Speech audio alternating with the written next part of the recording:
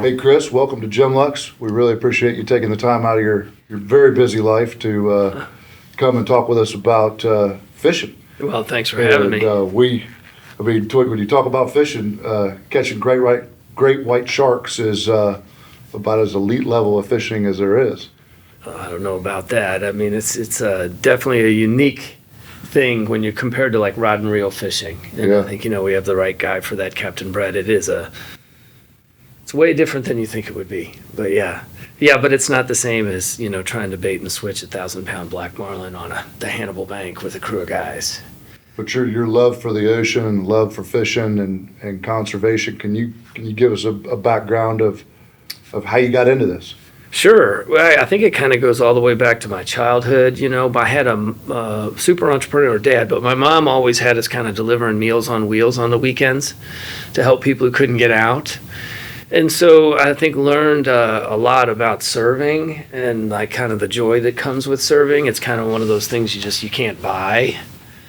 And it does definitely contribute to some sort of peace or happiness, at least for me anyhow. So I was blessed with a mom who introduced that kind of regularly when I was young. And then with a very entrepreneurial dad, I studied international business focusing on Asia and the Pacific Rim in Indiana and the National University of Singapore, did a little work, and then had an opportunity for a career change around 29, and that's when I decided to kind of turn my passion into my profession, which was the water. Growing up in Kentucky and chasing fish and frogs around the woods all the time, the passion for the water was always there. And then I think ultimately when I was 29, this kind of opportunity for my passion to collide with the joy of serving around the ocean kind of is really the initial, the energy or the motivation that, kind of really is the first domino that fell in in a long journey. That's awesome. Chris, I first learned of you or knew of you on your fishing show back in the early 2000s, Offshore Adventures, which we're all fishermen. We all have a love for the ocean, and you had a 72-foot yacht fish back then. For those that don't know, a yacht fish is a motor yacht with about a 6 or 8 foot cockpit on the back, and you guys traveled all over. You were catching marlin and sailfish, and then you'd catch your dinner and cook your dinner, and it was a catch cook. It was awesome show. Wish we were more like it. But you go from fishing. You obviously love sport fishing, love diving, love it all, and now you're on the fishing in remote places in the Pacific Ocean. Now you're doing this. What's the difference? What was your? I mean, it would be hard for me just to go from marlin fishing to shark fishing cold turkey, Yeah, it was. I think the reason we pivoted was so that everyone else would be able to do what we were doing then into the future. Mm-hmm. I mean, we had done it. Yeah. I mean, we had done it. We'd been up and down the Pacific coast between Alaska and the Panama Canal. I don't know how many times we went back and forth and back and forth. And and then we brought it across the Gulf and took it all the way back to my hometown in Louisville, Kentucky, because one of my childhood dreams was to drive my parents from Louisville down the Ohio to the Mississippi into New Orleans. So Captain Brett took the old Go fish all the way back to Louisville, and we drove my parents down the river. And that's up the Mississippi River, I would assume? Yeah, well, we went up, I think he went up the Tom Bigby. And then we came down the Ohio to the Mississippi. And we did this we were playing that documentary series on the Civil War. It's one of those big documentaries by the big, documentary film guy. You would know his name. I just can't pull it right now. And it was like a 10-part series or something thereabouts, and it was about the Civil War. And what we did was we timed our journey and we stopped where those battles were all along the Mississippi River with my parents. How cool. And went and visited the battlefields and all the old homes, and it was a really wonderful experience that I had dreamed about for a kid. I grew up as a river rat on the Ohio River and Harrods Creek, chasing fish and frogs around all over the place, and I always wanted to be on the water, built docks for people in the summer so I could be on the water, worked at the boat launch, that kind of thing, fishing all the time. And as a kid, I always just remember, we just had a little 20-foot Chris Caft, inboard, outboard, we'd ski on and play on.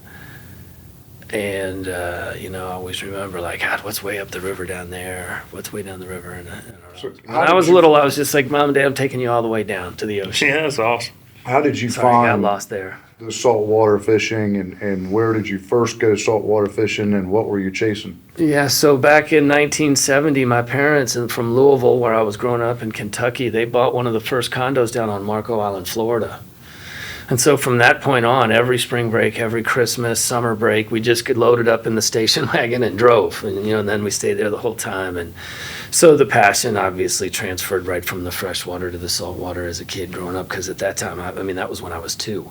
Okay. So, I literally grew up, from a young age with both the fresh and the saltwater, and, But when I was actually fishing much harder as I got into grade school and high school, it was definitely much more freshwater. Okay. And then it was always grabbing the few weeks you could every year, the 7 weeks a year you were in Florida or whatever, and, trying to then learn that whole thing. And then later in life, I got moved to California, got a 31 Bertram, and then really started fishing hard in the Pacific in the 90s. And what were you catching?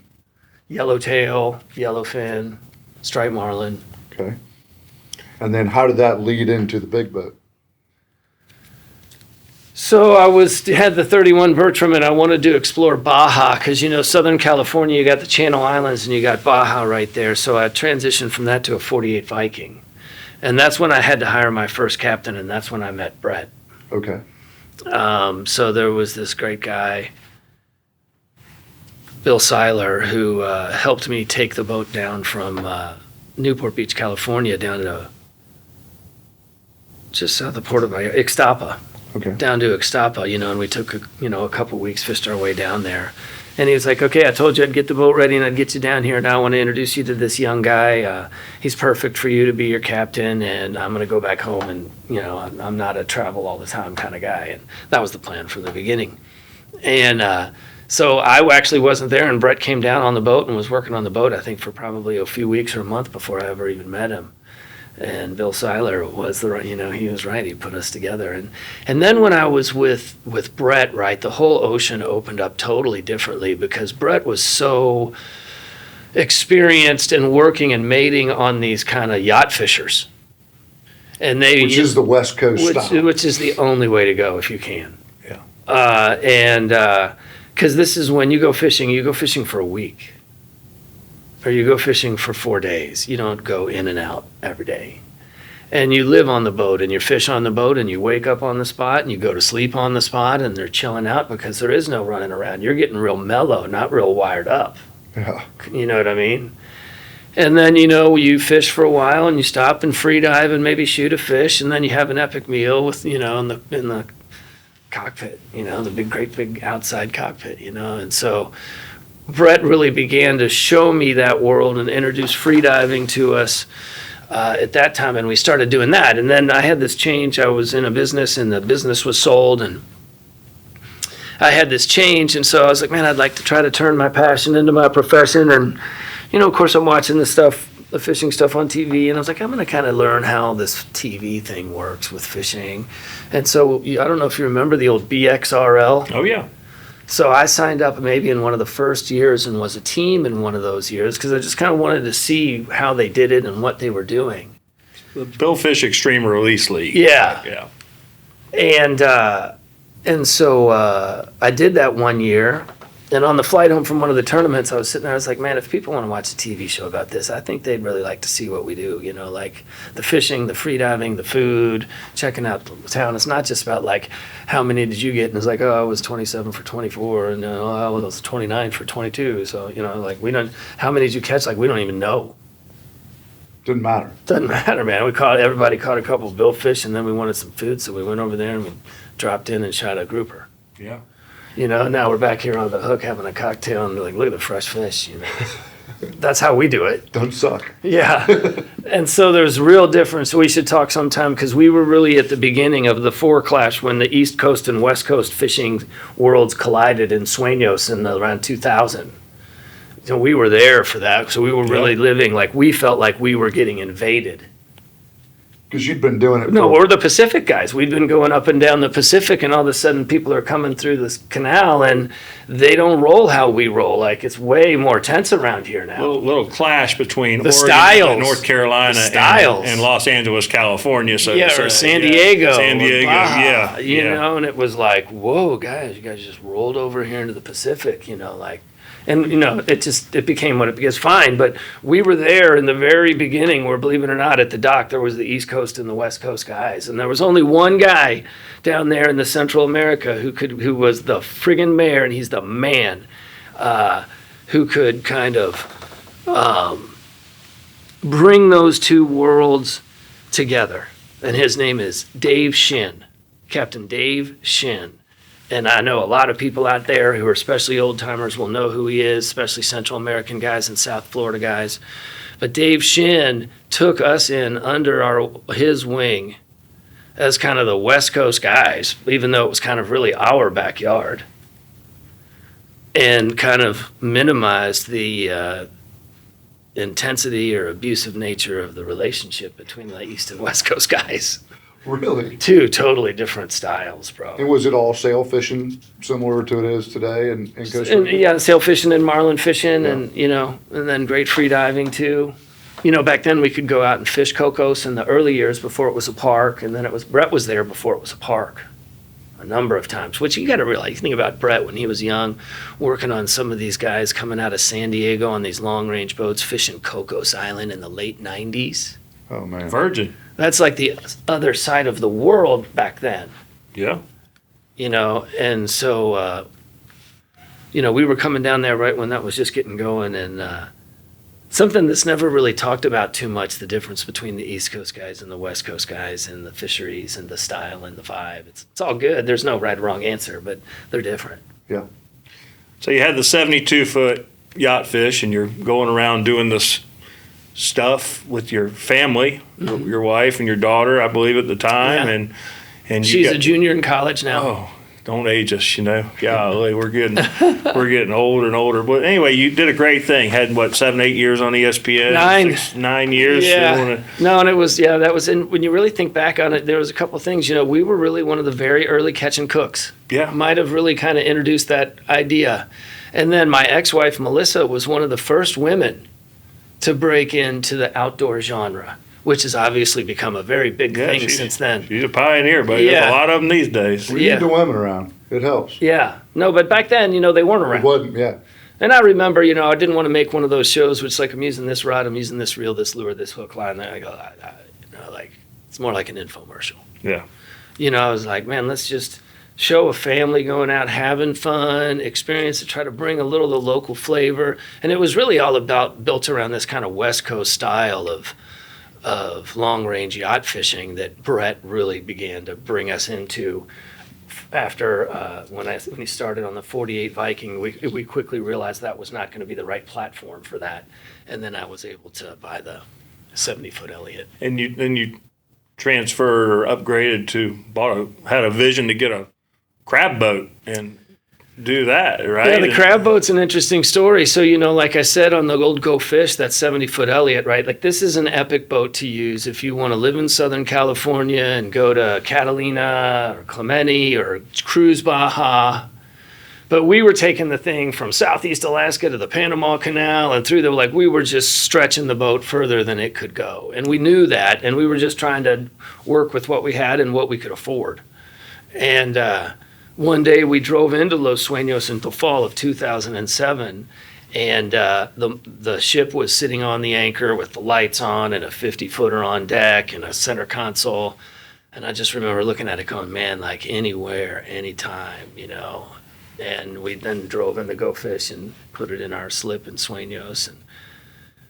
And then that night, we were all up at the bar at the top of the dock there and having dinner. And I went to the bathroom, and this guy, Denny Wagner, I knew from Southern Cal, worked on other long-range yacht fishers, engineer. He said, hey, man, what about that boat out there? That mothership would be perfect for you, man. I think that guy's out here. He's trying to get rid of it. And I said, man, I wish, you know, like I just can't make the number. And he goes, no, I think he really wants to get rid of it. And the guy's name was Frank Miles. The guy's a genius out of Seattle, Washington, multi-generational quarry family, real estate family. He has his own private island off Sitka and an operation up there. And, he's got boats and places all over the world. And this was his mothership that allowed him to go anywhere he wanted, to go fish like the 9th Ribbon Reef or whatever he wanted, 10th Ribbon Reef. And he'd kind of done what he wanted to do, and he was ready to get rid of it. And so he had me out, and I looked around, and he goes, I'd love to buy this, or, Mr. Miles, but, it's way out of my league here. And he goes, well, how much money could you scrape together if you scraped together every liquid dollar you had and put it on a piece of paper? And I looked around, and I was like, okay, well, I saw about 10x, or maybe not 10x, maybe it was 5x of the biggest number I could make. Mm-hmm. And I wrote it on a napkin and handed it to him, and he goes, okay, it's yours for that number. No. Wow. It came with the 45 Cabo Express on top of it. Oh, I mean, and you're like, what did I just do? I'm sure you're like, well, he really said yes. Oh, now, holy shit. Oh shit. Yeah, that's right. Now what do we do? Hey, Brett, good news and bad news, right? Yeah.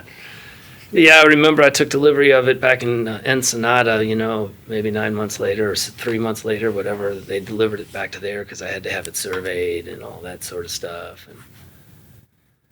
And then right after that was when we took this guy out on this volunteer trip to see if we could help him put a tag on a white shark at Guadalupe. And then I came back and we started working on the offshore adventures kind of next, level, and continued, So the our way probably down to first- Central America again. first tag on a white shark was before Offshore Adventures? No. It was October of 07, and Okay. Offshore Adventures was 99. Okay. No, but he asked about when how did I find the ship, and this Yeah. is the story of finding the ship and buying the ship, and then it just so happened to be that then the Shark Stuff ride started thereafter. Yeah, well, that's crazy. So it was just, but you didn't buy the ship thinking sharks. No. You bought the ship thinking long range. I bought the ship exploration. with the dream of finishing what Zane Grey, the last legs he didn't get to finish across the Pacific and fishing some of the last virgin seas. And I was hoping I could transition Offshore Adventures into kind of a science of fishing and make it a little bit more broadly appealable. I mean, when you're talking about appealing to people and you're talking about trying to make an impact on the ocean, one of our challenges in the fishing space is that, those of us are in it, it's our whole world. But in the whole world that's out there, it's actually very small, and our messages and voices don't really get out. It's the biggest deal to everybody we know. But like when you zoom out to 1,000 feet, that's like 1% of the people. That's true. And so you need all these people if we're going to make the things happen that then trickle down into the good fishing. You've got to wanted to widen the footprint. And my goodness, I forgot the question. I was telling this story to circle back around to the Hey, we're answer. talking about going to the Zane Grey. Oh, and deal. so I wanted So to did go you get into to the do I some wanted of to that? go into the science of fishing, and I wanted to bring in some of the science that way. Because we were helping all these scientists catch black marlin and blue marlin and tuna everywhere we went on Offshore Adventures. That's how I got into it, right? Everywhere we went, we were catching tons of fish because Brett catches,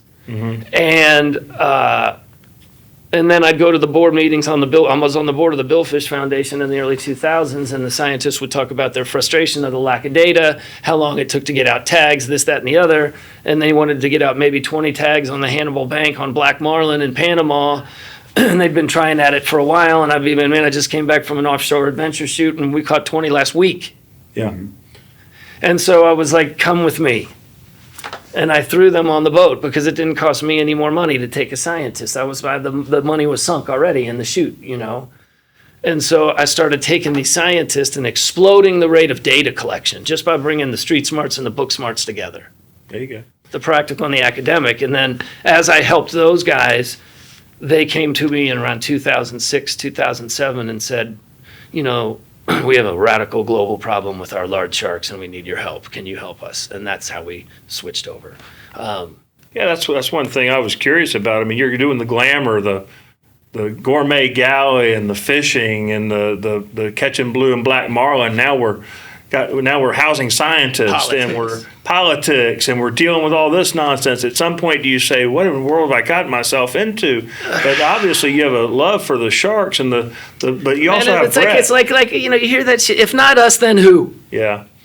Who? Yeah.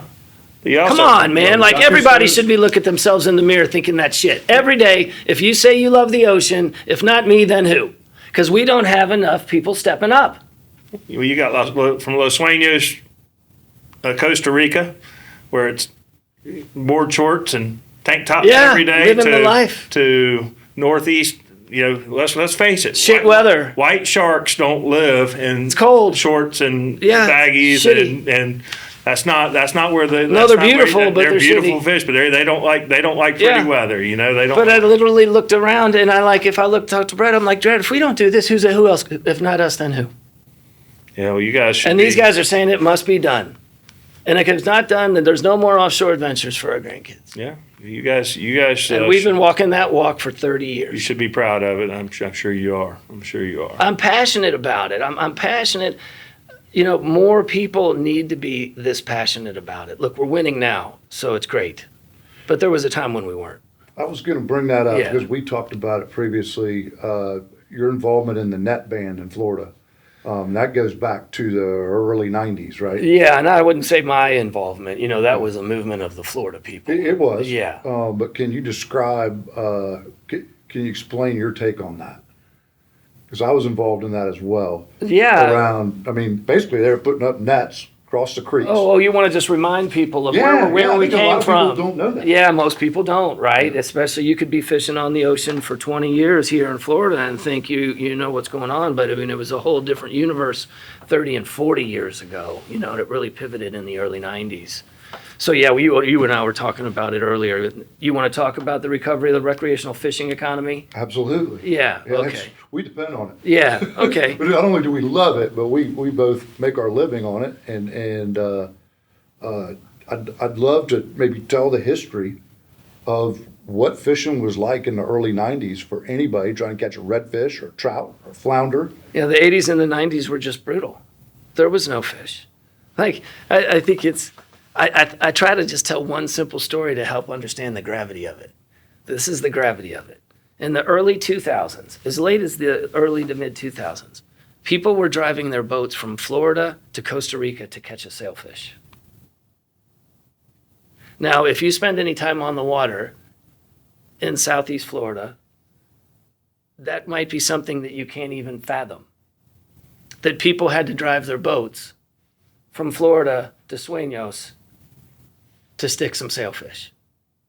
And now, you can put 6 baits in a bucket in your kayak, and you can kayak 1 mile off the beach, and you will be out of baits by Have a real chance to catch a sailfish. Yeah. Or more than one. Yeah.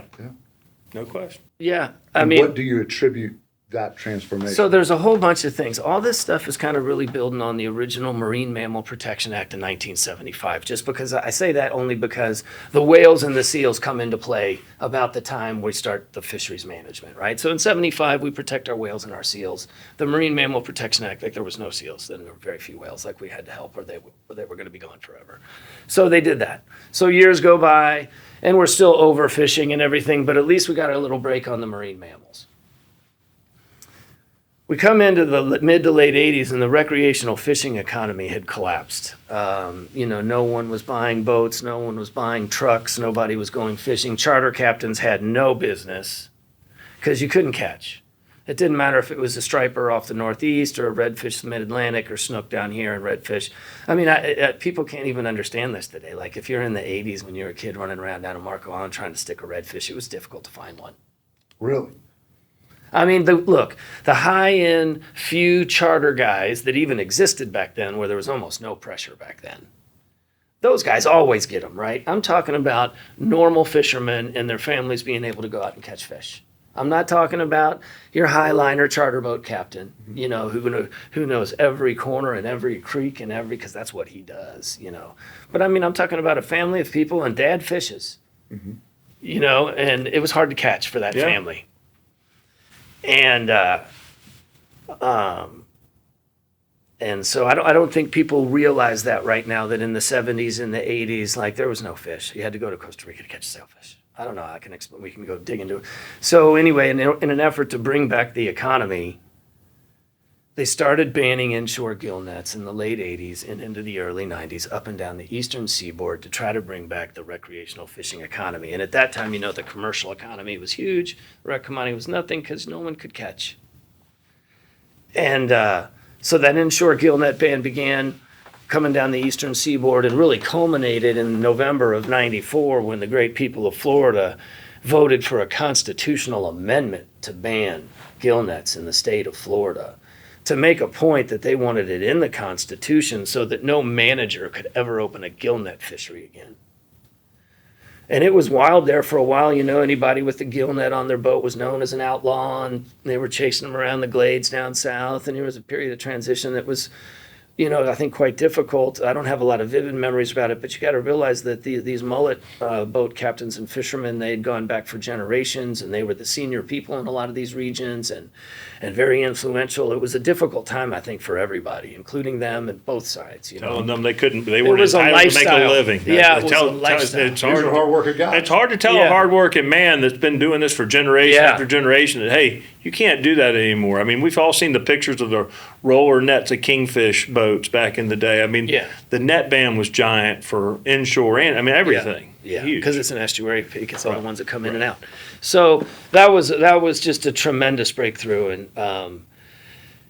And then, shortly thereafter in the mid-'90s or 94-ish or so, the Magnuson-Stevenson Act, when we first began to see, we started to see around the world that fish populations were collapsing in areas where the sharks had been removed.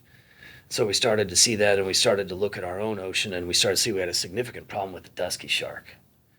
The dusky shark was the main species that all of the big shark conservation kind of began on, because they had just been decimated. And that was a shark that, used to just see finning all over. These duskies were everywhere. The sharks were being taken, just expand on that. The sharks were being taken to make shark fin. They were harvesting the sharks, cut their fins off, and throw the shark in the water, right? Is that correct? Yeah, so that was part of it. So there was two things going on, in the era of Jaws thereafter. There was a lot of killing of the big white sharks so people could cut their jaws out and stuff like that. Mm-hmm. And then, but it was primarily that was a small piece of the action. The big thing was the commercial capture and finning of white sharks for shark fin soup, which was really kind of erupting across the 90s throughout Asia as their economies really kind of came out of the third world and moved toward the first world. The demand for shark fin soup skyrocketed, particularly China, because kind of give you a little understanding why, back generations of dynasties ago, only the most powerful person, the emperor or whatever, could have shark fin soup. And it was a big sign of power because it was an apex predator, and it was kind of reserved for the very high up.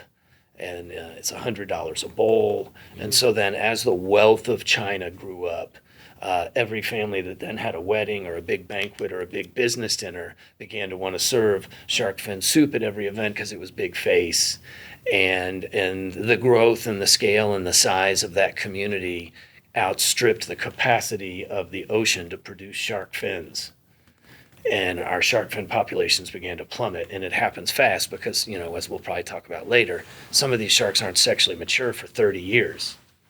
A lot of them 10 years. So they can handle almost no pressure because they can't replace themselves fast enough. Yeah, and really most sharks are not that hard to catch either. No, it's exactly. Not that difficult. It's not like they're going to go first. Yeah, they're stupid. We all get caught plenty of sharks. No, the craziest thing was when we were making that transition from offshore adventures to this, it was like shark fishing. It's like, man, shark fishing's kind of like for people who don't know how to fish. Like that's kind of like your entry level kind of. But we've learned it's been much more. It's one thing to have to catch a shark. What Brett and the team has to do is we have to capture a shark, deliver it into a cradle with the absolute minimal level of stress that we can pull off so that all of their readings across all their samples are as close to natural. Like we're trying to catch the shark and have it not know it's been caught. Right. And for all the levels that the scientists want to measure across their blood levels and stress levels and reproductive levels and all this other stuff. So to capture one and get it in there in that place and do 20 research projects on it for 15 minutes and let it go alive and swim off with the whole world watching is an entirely different challenge than catching a shark. So you come over It's here. very difficult. So you come over here and you're doing it, and then I did a little research on you and your program, and I remember Mary Lee. That was your shark. That was the one that put you on that was the one that gave you credibility. More Right here in Jacksonville. Yeah. No, you didn't catch it in Jacksonville. No, Cape Cod. Cape Cod, but it traveled down here, right? If I recall. No, I remember. No, the moment in time was Mary Lee and Jacksonville colliding that really took OCEARCH to another level. Yeah. Well, tell us about catching Mary. How do you catch? I mean, how big are these sharks? How do you say? I mean, I can't imagine trying to coax 2,000 to 4,000 pound creature. Sometimes, how big are these things? Yeah, we're catching them up to 4,000. Yeah, 4,000 pounds, and get it on a lift it up without hurting it. By the way, doing your research. I mean, it is hard. I will say sharks are very hardy. Yeah, they're durable. And they're very durable. It's not like you're putting a speckled trout in Other this than thing. like a friggin' great hammerhead. Those things like short circuit or something. Yeah. But everything else, like you said, they're super They're durable. pretty durable. We keep Super it. durable. They'll live for a while, but still, it's got to be extremely, especially the early days, extremely stressful. I mean, what are you guys thinking? We're going to get a 130 and we're going to put a big old circle hook and some cable. We're going to throw this thing out and we're going to fight this thing. No, I think Brett immediately was going right to, some sort of hand line fishery. Okay. Hand lines and buoys. We never had a rod and reel phase when it comes to handling big white sharks. And that's what you guys do, hand line these things. Yeah, it's all about hand lining and boat driving and using the right sequence of buoys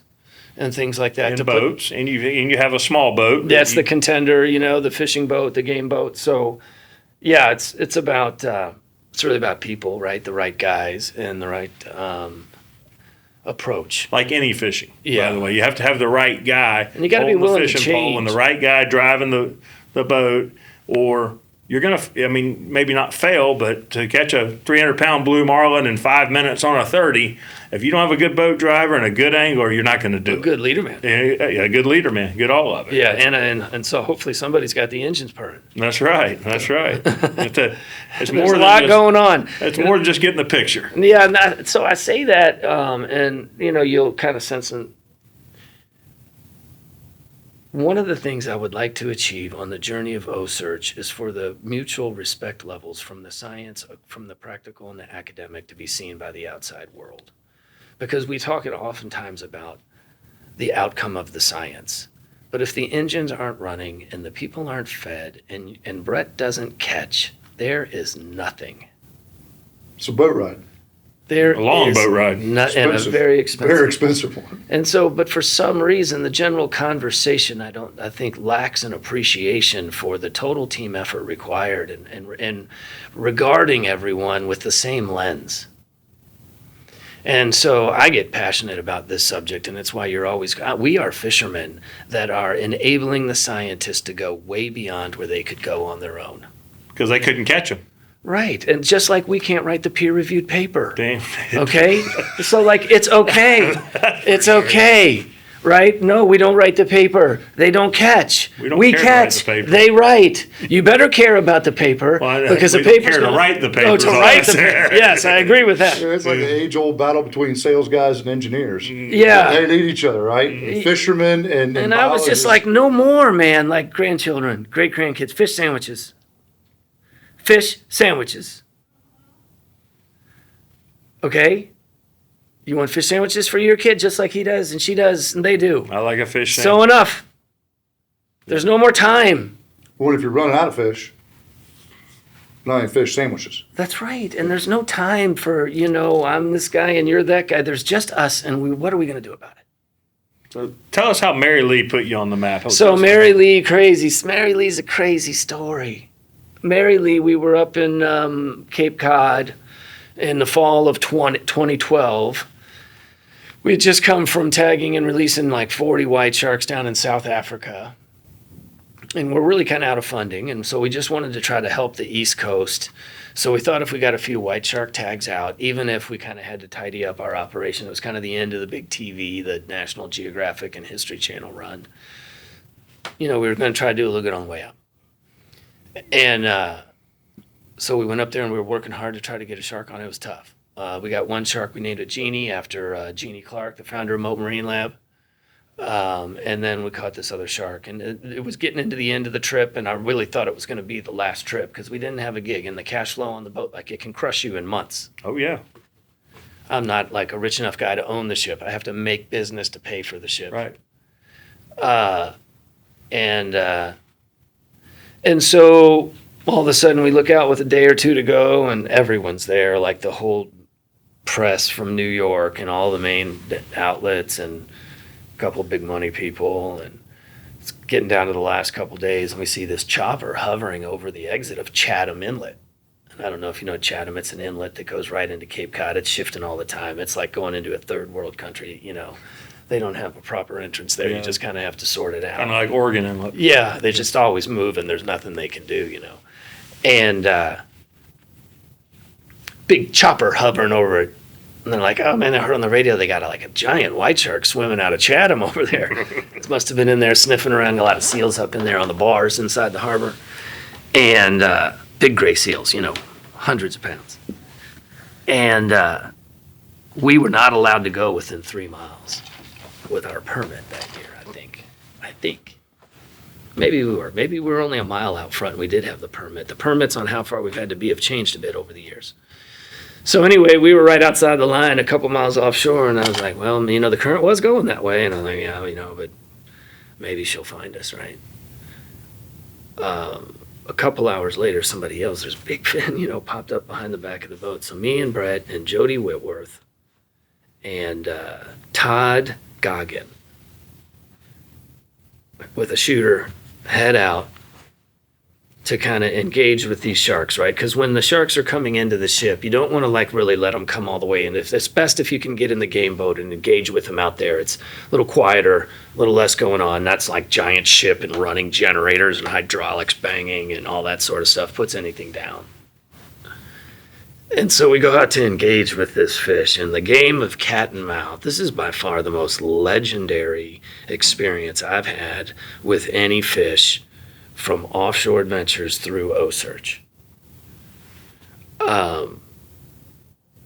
We go out and engage with this fish. It's got this big notch out of the back. It's just like, oh, fuck, it's the proper one. You know, it's big, female. And we tend to get her. She starts coming around. You know, we slide in on her, and we're trying to drop stuff in the water. And we have multiple different types of baits. And she's just coming up and looking at everything. And she won't eat anything. She won't touch it. Meanwhile, all of a sudden, we get off the slack tide. When she showed up, the current starts ripping. So we're trying to engage with this ship and not lose touch with the mothership that's on the anchor, because we got to get to that lift. Yeah. And, you know, if you know the currents, the way they sweep up and down the Cape there, you can get swept away fast. So now we're trying to engage with the fish, but we're trying to kind of hold the fish up in the current so that if we do get entangled with this thing, we actually have a shot of getting it back up that current to the lift itself, because the current was ripping and the fish was huge. It was not going to be easy to get that fish back up Doesn't that sound current. like it. And so she starts sniffing around, and she's looking at everything. She comes up and she looks, and she's like, it's almost like when you see these animals, the dexterity that they have with their teeth is like you and your fingers. It's that much. It's like they can stick them out and it's the craziest thing. And I was talking about a giant fish, and it's unbelievable the dexterity that they have. And so she just won't, you know, they're just looking at it, sniffing it, licking it, won't bite. We're trying to hang all the gear out of the water with just the bait and the cable so that it can eat it, and then kind of drop in a circle hook with a little gap, yeah. trying it all, just trying to get everything out of the water. Live bait, won't eat anything. Shake a bait a couple of times. She comes straight up underneath the boat if you get really violent with the big piece of chunk, and she tries to kind of open her mouth and eat it and comes up and makes a pass. And I look over at Brett, and I'm like, Brett, man, I think if I shake this chum again here right on the back corner of the boat, she's going to come up, and if she does the same thing that she did last time, you're going to be able to reach down with your hand and stick it in the corner of her mouth. And he goes, okay, let's do it. So she circles around over to I've only told this story a few times. And she goes swimming around the starboard side of the contender, and we're over in the port aft corner. And so I start, he's like, Goggins and Jody are over there. It's like, she's looping around, she's coming in. And so I start just violently shaking this big chunk of, you know, we'll call it bluefin tuna. Violently shaking it. And then they kept saying, Todd and Jody were like, she's coming under the boat. She's coming under the boat. She's about 15 feet down. And so she comes over, and I'm looking over there, and I'm shaking this as violently as I can. And she turns straight up and down and comes straight up at me right on that port corner and the aft corner. And Brett's right there. And I'm shaking it, and I'm trying to hold it out in front of him, and he's right there, backed up into the corner. And I'm like, she's coming, man, she's coming. And I kept shaking, and I pulled it all the way up. She stuck her head out of the water. He reached down, he put the hook in the corner of her mouth. He's like, I got her. Talk about hand feeding. You're kidding me. That's how we caught Mary Lee. Holy mackerel. She never picked up. And this is a 3,000-pound fish. How big is this fish? 3,700 pounds. So you're looking at a 3,700-pound great white shark, and he's going to put his hand down there and literally drop this hook in the fish's mouth. Right in the corner of its mouth.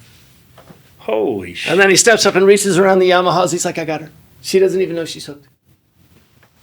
You're not about to tell us how. You guys really believe that crap. Yeah. No, it's true story. So then, You got us. it was on after that, because now we got this like 4,000, just under 4,000 pounds, like 17-foot giant female white shark on with a fucking current that's ripping. And we got to get back up to the ship, and we played cat and mouse with that thing for like 2 hours. She wouldn't eat. I mean, obviously she wouldn't eat. Yeah. Brett put the hook in the corner of her mouth.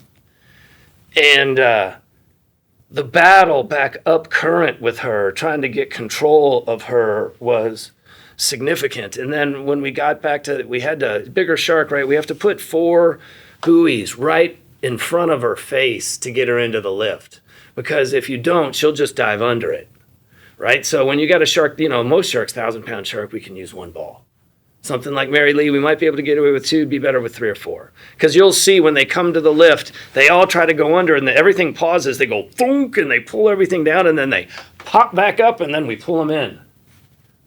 Those big ones like that. So anyways, we fought our way up current. We got the buoys in front of her ball. We come up alongside the ship, and of course she's there. Now it's pitch black out, and there's like 60 people strung across. The whole thing's all lit up. There's boats around.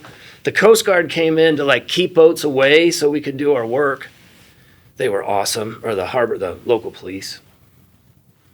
And we come up alongside the boat, and of course what happens? I go alongside the cradle, she's back there behind us, another boat length and a half maybe, come alongside the boat, and because the boat there, the current radically accelerates. Mm-hmm. Anybody who does a lot of boat-to-boat stuff knows, like if you come together with a fixed boat and you're coming in alongside of it, all the current's racing down the side of that boat's coming off that hull, and all of a sudden we freaking pause. And we're just only making like a quarter knot anyway against the current trying to get her. And so it just pauses, and I'm sitting over there. Brett's ready to jump in with the line, and Todd Goggin and Jody Whitworth are in line with the wraps around these hands, and I'm literally thinking I'm going to break these guys' hands. Because we paused. And we were kind of making it without, they were screaming and they were hurting, but nothing was breaking, and I was like, guys, can I give it a little bit more? Because I literally thought I was going to crush their hands. What kind of gear are we so talking about here? we pushed it forward, and you'll hear in the video the guys just scream, and then she came up and in, and we got her. So what are they wrapped off to? Like they're wrapped off gear, to like are we talking about cable? Now, since those days, in the early days, Brett has all that cable. Well, he'll take apart like a 5-strand rope, and he'll make it a 6-strand rope with one of the lines being the cable. And that does a couple things. It doesn't mess up the fish as much if they roll, and then when the guys are wrapping on their hands, it spreads out the weight bearing so that they don't crush their hands, break their hands. I bet you guys had a cocktail that night. My goodness. Man, after that night, I had to drive all these people in through that freaking cut, and I almost killed everybody in the boat. Right when you think you got it licked, right? So you get it. Pull her in. Yeah. Yeah, so we got her in, and you could just hear the people gasp who were there. Like, no one had ever seen anything like that in that part of the world. And so we tagged her, and I named her Mary Lee after my mom. It was a tough time financially. I thought it was going to be the last one. And so, it is what it is. We let her go. So Mary Lee then, and back then, in 2012, when we were having conversations with anybody, the scientists, fishermen, where do you think these white sharks are going to go? Nobody knew, and no one said Florida. They said they thought they might go out in the middle of the Atlantic like the Pacific Shark goes out to the White Shark Cafe or whatever, the shared offshore foraging area. And most people were betting on that. And then Mary Lee proceeded to go like right down the coast. She went in and out of all the inlets and bays and harbors, and then ended up pinging in one night right underneath the Jacksonville Beach pier. I remember that. I do too. That got everybody's In attention. January, and I was out west in Park City at home, and I just remember it was a blizzard. And I was like, it's just pinged in. I'm like, I feel like I should call somebody, but like the tracker was new. You got to when I started the tracker, this again goes into this. I don't think people understand the journey of OCEARCH. When we wanted to start the tracker, the absolute battle over the concept of the ownership of the data with the science community and sharing it with the public in real time was like a major no-no. That was a big deal to disrupt the concept of the ownership of data by sharing it with people in real time. This is like 2012 and 13. This is, first it was the collaboration, now it's the data. Anyway, we got through it and they're still able to publish. I think people just forget these things, because everything, they think the way it is now is the way it's always been. Somebody had to make it happen. Yeah. And so I had just started the tracker right when we did the work in Africa, just like 6 months before. And so she went up on the tracker, and I was like, I felt like I had to call somebody. So I actually called the Jacksonville Police Department first. And they're like, oh, you need to call the Jacksonville Beach Police Department. Oh, yeah. So I'm like, okay. I called them. The guy answers the phone. I'm like, this is going to be the strangest phone call you've ever had. I got a 16, it's almost 17-foot, 4,000-pound white shark just pinged in under the pier. And it's like 3 hours until people are going to start surfing there. I thought I should let you know. I hope it's I'm sure there was some nervousness. Is she dead? Being that, or did you? No. She was just pinging in literally right underneath the pier. She was feeding on something in there. You had no reservation that the tag had come off of her? Oh, no. She was still clearly in the water. She was just a couple hundred yards offshore. Oh, I got you. See, people when I say on the concerned beach, about the surfers. Oh, I know on the beach. I know. like a fisherman talks about fishing on the beach. Yeah, but you're saying about not the pier. On the beach. Yeah, but she's close. Yeah, but she's close. within the length of the pier from the beach. Yeah, and I think it's important that people know that are going to watch this, and there's going to be some people that aren't as salty as we are. This is in January. Yeah. Generally, a white shark, when you're out there surfing and swimming in June or July or in the summer, those things are in Nova. Those things are up north. Yeah, all summer and fall, they're up north. Yeah. They're here in the winter. But here's the deal. Since our work started in January in 2012, they had no idea where the white sharks are going. We've all been swimming with white sharks our whole lives. Nothing's changed. We just know now. Right. Nothing's changed. We just know now. Don't be afraid. Yeah, no, look, it's more dangerous to drive down the freeway and hang out in the parking lot than to worry about a shark in the ocean, right? Make sure you understand a riptide. It's way more dangerous. There's thousands of people drowning. We got 10 worldwide with shark incidences. So it's a kind of an irrational fear that doesn't statistically exist. But it is an understandable one because it kind of goes down to the primal nature of humans. Nobody wants to be eaten by a lion or a bear or a white shark or anything else. Which is why you called the Jacksonville Beach Police Department, at least let them know. Yeah, I felt like in the early years, I felt a level of responsibility. Like, how could you withhold a piece of information like that if you feel like it could contribute to public safety? Well, that made huge news, if I recall. Well, that's what happened. I didn't expect it to happen. So what they did was they shut down the beach for a couple hours, and then she pinged in like an hour and a half or two later, like 3 miles off the beach, and they opened it right back up. But, oh, wow, like the tidal wave and the tsunami of press that came from that just completely blindsided us. But what happened was I had just shifted from television. I was trying to find a new revenue model. And, we were always measured on impressions and this, that, and the other. And so I thought, our shark shows would do a couple 100 million viewers worldwide over time, as they run. And then all of a sudden, Mary Lee, one shark swimming down the coast, drove 1.25 billion earned media impressions in like 8 weeks. And I was like, there's another path to scale that might be relevant to brands that want to do good, for the ocean. And perhaps I can integrate the brands funding our work into this massive earned media and social scale and generate enough revenue to pay for the ship so I can give it to the scientists. I was going to say, and to be clear, this has not been a profitable adventure for you. Would be my guess. No, I've been fortunate that I've had other businesses that I've been able to, I've contributed basically my entire, everything I have outside of what we need to live. Yeah. And so these impressions turn into pings, the same way tweets turn into, Yeah. hopefully, or Instagram stories turn into it. When we spent some time today on the ship, I mean, it's hard. It's hard to keep this thing going. I can't imagine expensive. how hard it is, not only to have the biologists work with the fishermen, but then to finance the diesel fuel, figure out where to go, Yeah. where not to go. How many sharks do you have tagged now? We just tagged around our 107th or something here off the Atlantic. And I remember in 2012, I was very frustrated because I'd moved the ship around the world for a number of years, and I would help people for a couple months and move. And then I ended up with a bunch of half-done science projects all over the world. So in 2000, I did this 2012, 13, we tagged a handful, and then we left, and we went to the Galapagos and down to the Robinson Crusoe Islands into Brazil, and then over to, we went all the way from the east to the west coast of Australia and worked over there. And then came back through and came to the East Coast and got back here around 16, I think. And I said, okay, and I was really getting frustrated. Like, I'm like, guys, we need to figure out a structure to where when we're enabling scientists, we enable them to a point where there can be a completion of something that is leverageable for management. Otherwise, if we've got half-done projects all over the world, then we're going to have to drive the boat around the world again to finish the second half of the projects. And they're not leverageable till they're done. And so I remember when I came back in 16, I'm like, how many sharks do you need to feed? 100 sharks. People were like, that's fucking impossible. We just tagged like number 109 or 108 or 107. That's awesome. Yeah. That's.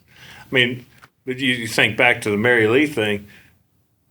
If I don't think in 2012 you were getting paid on YouTube for clicks. If she'd be a rich shark No, right but now. you know what happened, man? When Mary Lee exploded, Caterpillar came in and said, we love what you're doing. You got 5 Caterpillar engines. We're going to help fund you for 3 years. And you cruise around and you show our dealers what good you're doing. That's awesome. And we'll keep you funded for 3 years so you can try to kind of transition and diversify yourself and stay on your feet. And then also Costa and Yeti, SeaWorld all stuck with us through that. You know, Costa and Yeti have been funding our work for over 20 years now. Wow. Thank goodness for Mary Lee, huh?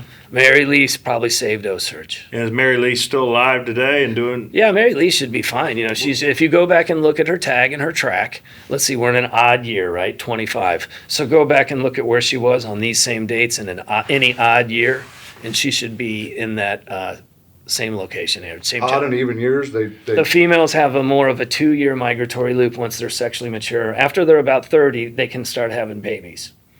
Wait. A great white shark doesn't have babies till they're 30. Not sexually mature till they're about 30 years old. And then How big are they at 30 years old? the females would be about 14 feet. And the males maybe, 11, Okay. 12. And so they got to live 30 years just to replace themselves. That's why they can't handle any pressure. Like you and I could literally go out with we need some scale now, but you could eliminate all white sharks very easily. They just can't keep up with the pressure. And then you get other sharks too that are some of the ones that are looked after. They're 10 years till they're sexually mature, and there's all sorts of in between. And then once they're sexually mature at 30, then the female's migratory loop goes from a 1-year loop to a 2-year loop because it's interrupted with mating, gestating, and birthing. Okay. And then they have average about 8 pups every other year, 4.5 feet long, 45 pounds. And they come out and they're on their own. Instantly. Yeah, and that happens up there in the New York, New Jersey bight. And so circling back to our the recovery of the recreational fishing where we started removing the inshore gill nets, they caught them out of that whole Long Island area. Unbeknownst to ourselves at the time, we were gill netting the birthing site of the great white shark. Wow. So none of the babies were even making it out of the nursery. They're getting caught in the gill nets. Right, because they're literally living with the stripers. And the people didn't know what they were. I think a lot of times people see baby white sharks and they think, oh, it's a little mako. Yeah, or whatever. Yeah. But I mean, there's no recreational people catching them. No. How long does a white shark? What's Mary Lee's life expectancy? Well, we know they live to be over 70, but we don't know how long over that. I suspect these animals live way over 100 years old. Wow. I mean, that's just what it feels like when you're standing next to him. I mean, when you're standing next to a shark like a Nagumi or a Mary Lee or one of these big females like that, you're standing next to a 70-year-old fish that survived us in the 60s and 70s. They're the ones that survived us. Yeah. And so now you're looking at the most wary genetics of the population, the most clever. Like an old buck. The ones that made it through. This is our most precious gene pool, right? This is priceless gene pool. And that's what you feel like when you're standing next to one of them. You feel really small. And, I bet. And you're standing next to a shark like that is probably at least 70 years old, and it doesn't look like it's anywhere near beyond the peak of its capacity. You know what I mean? It looks like it's still going up.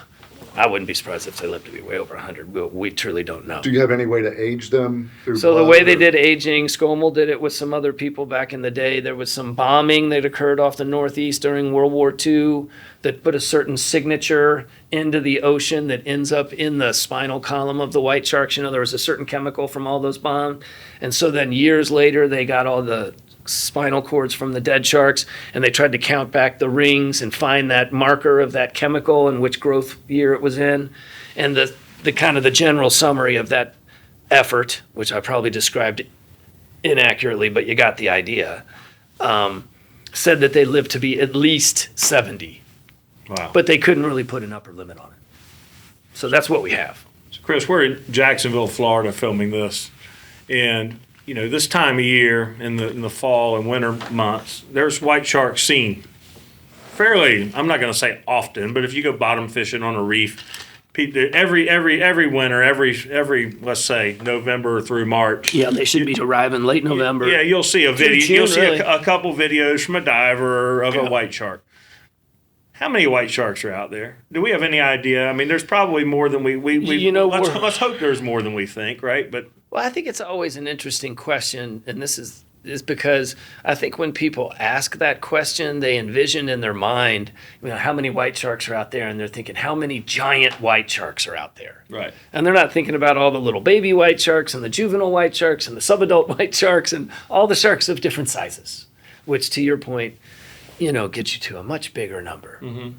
So I think there's quite a few more. I mean, I just do a little bit of simple math. I mean, let's just say we fish for, and we have all the exact data on this. So I'm just going to give you the idea of the story. But if you want the specific data, we can get it through the science team and Captain Brett.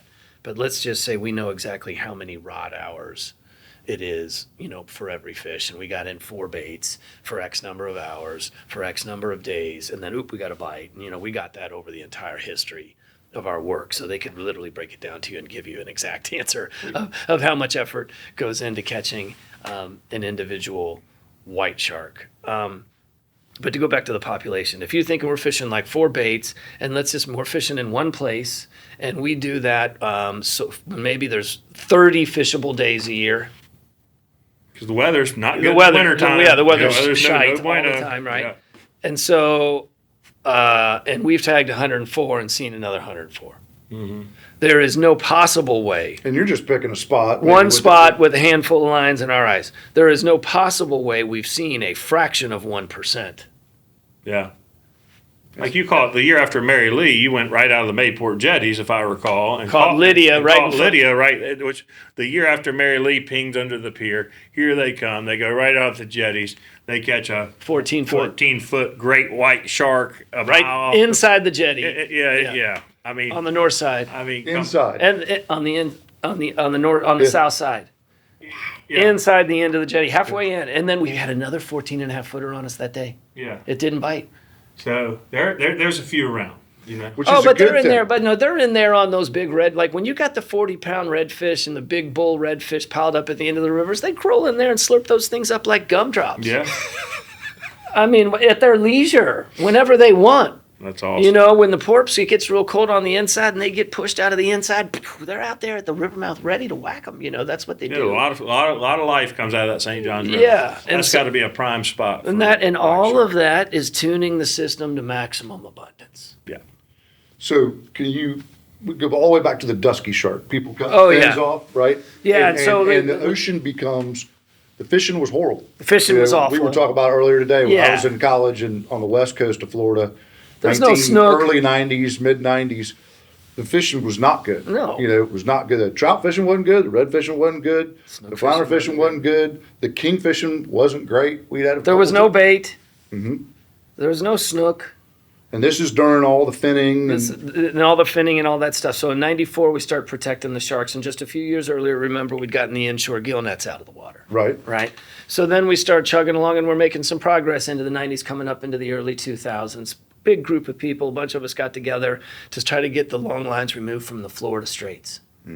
And this was in the early 2000s. Great effort by a whole bunch of people. I was on the board of the Billfish Foundation at the time, and Guy Harvey and his gang was in on it, and CCA and IGFA, and explain why that specific area. Well, they were, this is one of the other reasons it's smart about getting in the shark space, right? Because oftentimes in these policy issues, you can't move the needle for a game fish, but I can move it for the white shark and accomplish the same task. Because they're all together. If we have the data set to support it, if that's what the data says.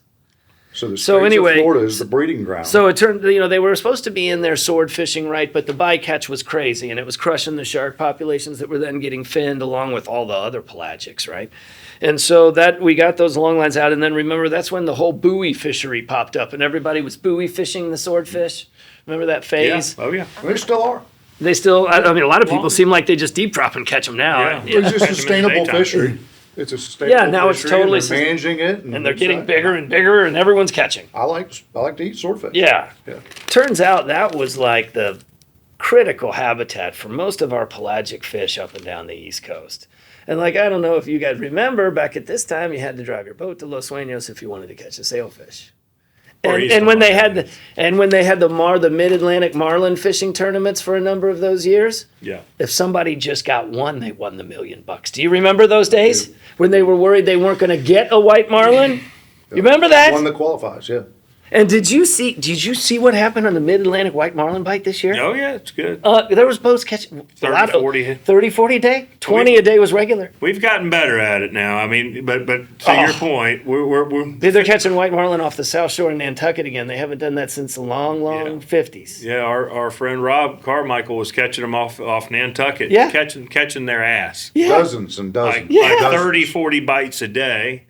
And we had a decent white marlin bite at the Bahamas. Keep telling the story. The bill fishing, truly the bill fishing worldwide. Now, I think you're going to say, and I'm sure the sharks certainly are a huge help. And what we're here to talk about is huge. The technology and the fishermen, we've learned how to catch them better now. We have these sonars and all the things. But to your point, there's still way more fish. Yeah, and that goes back to those long lines coming out of the Florida Straits back in the early 2000s. So tell us why. And I don't think a lot of people connect the dots on that because it affects the entire Gulf Stream, not just right there, because they all ride that stream. Tell us why the sharks are so important.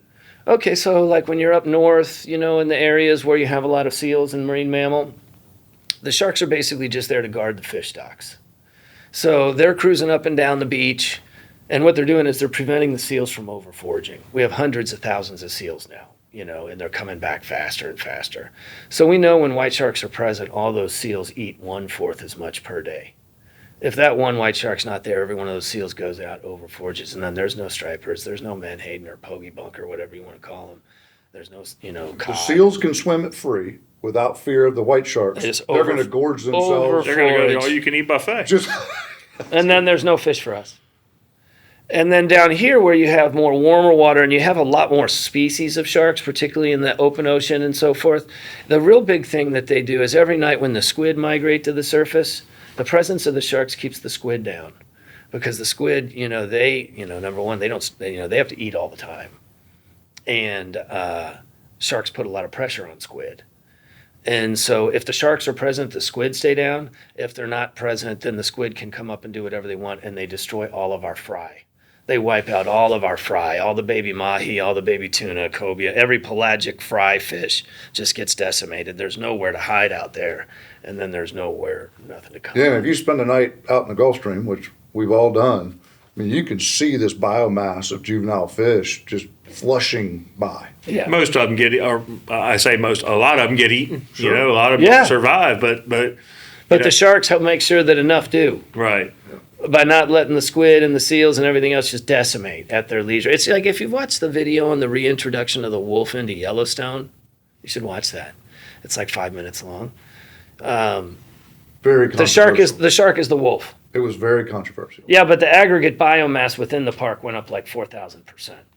If you're looking to move toward abundance, the wolves move the place toward abundance. And we can have other conversations about other things, but if you're just measuring the aggregate amount of life, it skyrocketed once they reintroduced the wolf.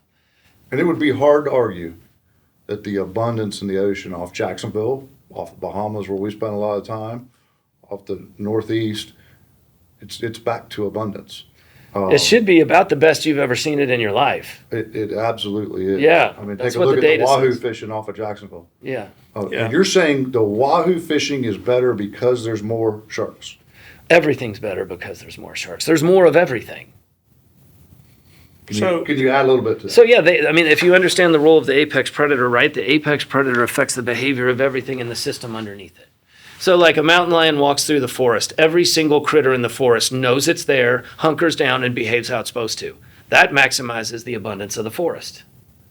So the white shark does the same thing in the ocean. Like one white shark or sharks present on a reef, for example. If those sharks aren't there, those little fish that pick at the reef destroy the reef. If the sharks are there, they have to hide half the day, and then they can just come out and eat a few hours, and they go back in, and everything thrives. The reef grows like this. And the reef comes back. Right? So these are your balance keepers. And so as we return them to abundance, your aggregate biomass, your abundance levels skyrocket, and what you can see off right now. I mean, there's more of everything. I just hope that the young people today understand that in the 70s and the 80s and the 90s, there weren't snook under every dock. There weren't redfish in every grassy flat. Fishing wasn't so easy. You couldn't go to any bridge and see a giant pile of mullet and sling in baits and catch 40-inch snook. Yeah. We did not have that life. We didn't have snook in Jacksonville. They didn't Yeah. exist. Is that climate or is that? No, that's just them reestablishing their historic range as they're able to build their population back again. This whole climate thing, I think it's very scary to get conversations involved with fish populations and climate because our ocean's recovering and a lot of fish are reestablishing their historic range. But for someone who's only been around for 20 or 30 years, they'll be like, something's wrong. This fish didn't used to be here. The climate change. Now look, the climate's changing. We can see the data like that. Climate's happens. been changing for. But it's never forever. not changing, right? It's like the ocean. It's always changing. You're It's saying we get a harsh winter, the snook might die. Is oh yeah, all I'm yeah, saying. and then but it it makes used to 5 be- years to come back. It used to Yeah, be like an when accordion. the snook died, they were all gone. And even the freeze we had, what was it, 2 years ago? Yeah, a few died. Plenty Yeah. of snook died. But they're still But here. the snook fishing's still good. I see guys in Palm Valley catch a snook all the time. Yeah. And that was Most not people the don't even case. know there's snook in Jacks. Oh, yeah. Outside of Jacksonville, a lot of them. people Yeah. don't know there's snook in Jacksonville. 20 under each dock. Yeah. Yeah. I mean, No, that's what I'm talking about, man. So that's why I love these conversations, because it's so good. It should be celebrated, and so it is an interesting thing. And again, so we got the long lines out. Then they started putting the deflectors on all the draggers, the shrimpers and stuff in the mid 2005, really 6, 7. That started saving all the turtles, right? And all the small sharks get deflected out and other animals. And so that was helpful. And then we went to the slot limit just before 2010, whenever that was, between 5 and 10, which the slot limit is enormous, right? Because it kind of builds into the model, the idea of catching the big one is flawed. Like the idea of catching catch it, but release it. well, that's fine. Yeah. But catching and killing the big one if you say you love the ocean, is absolutely in polar opposite to saying you love the ocean. Because this is our brood stock. This is what we have all of our years invested in managing in this fish to get it to the point where it can be cranking out millions or billions of eggs so that there's a whole bunch more for all of us to enjoy down the line.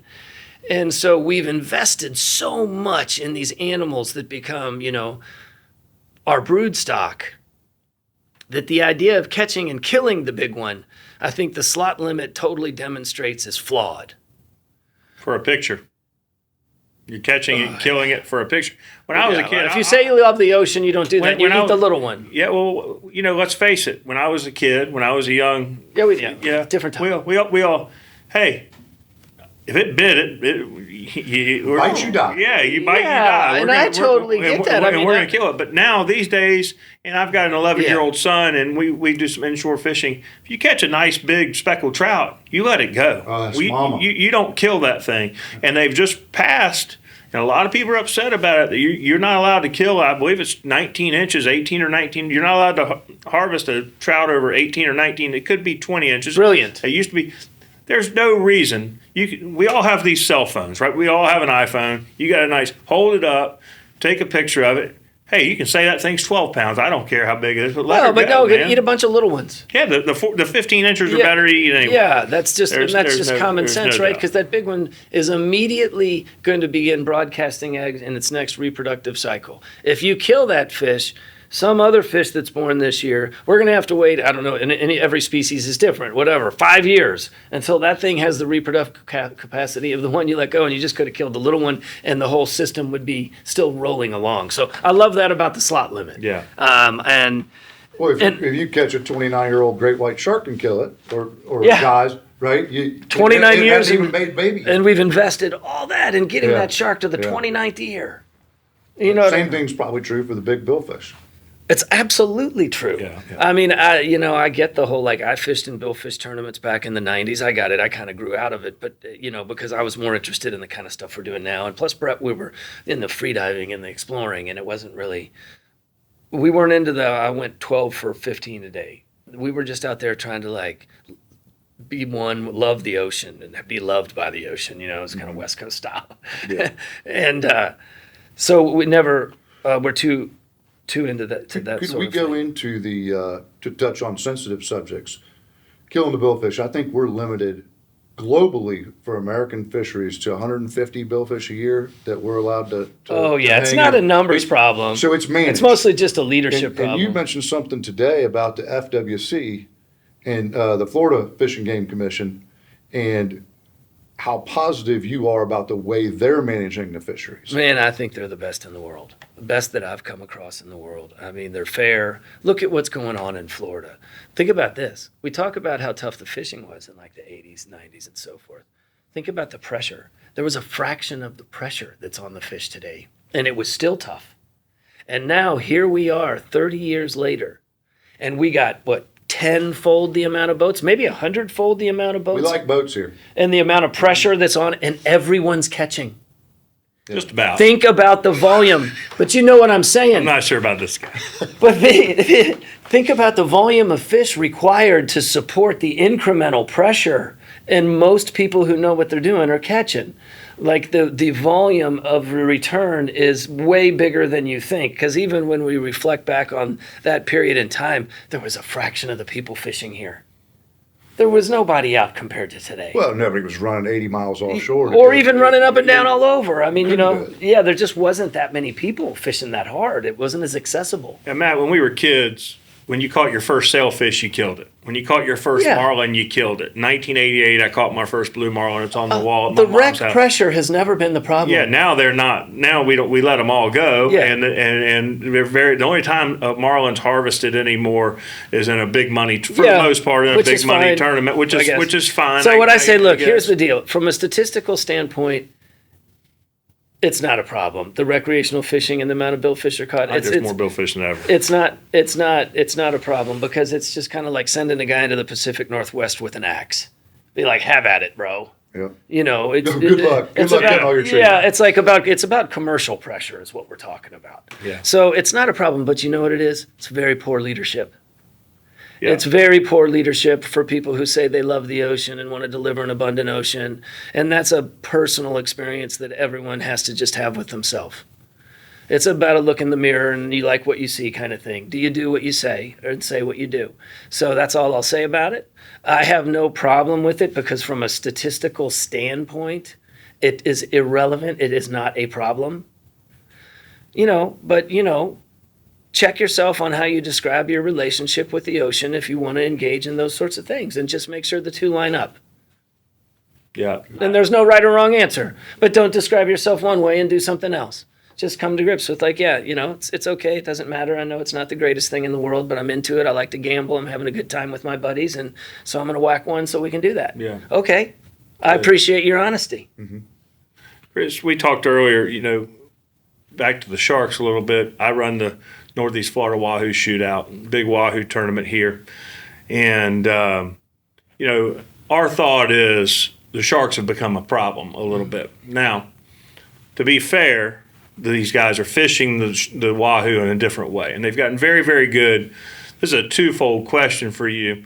What's your response to the Sharks are a problem?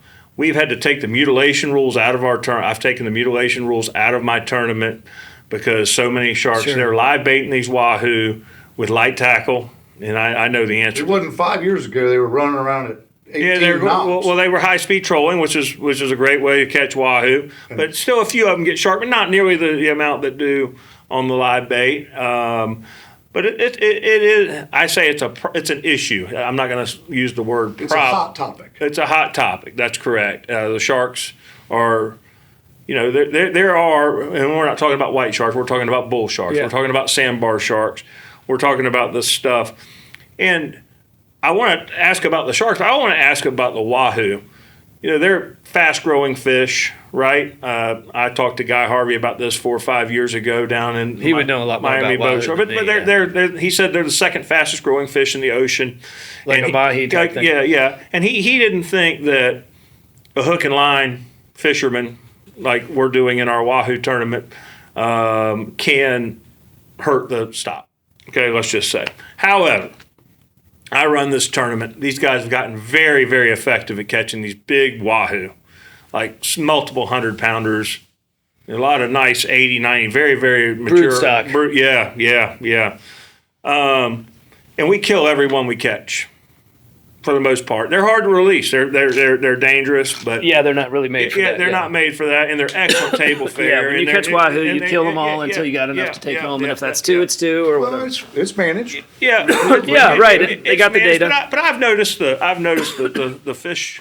I think the fish are getting hammered, and it's scary. It concerns me. So, do you think a Wahoo can get hammered? Number one. Number two. What about the? Let's go back on. I would say I agree with Guy Harvey on this.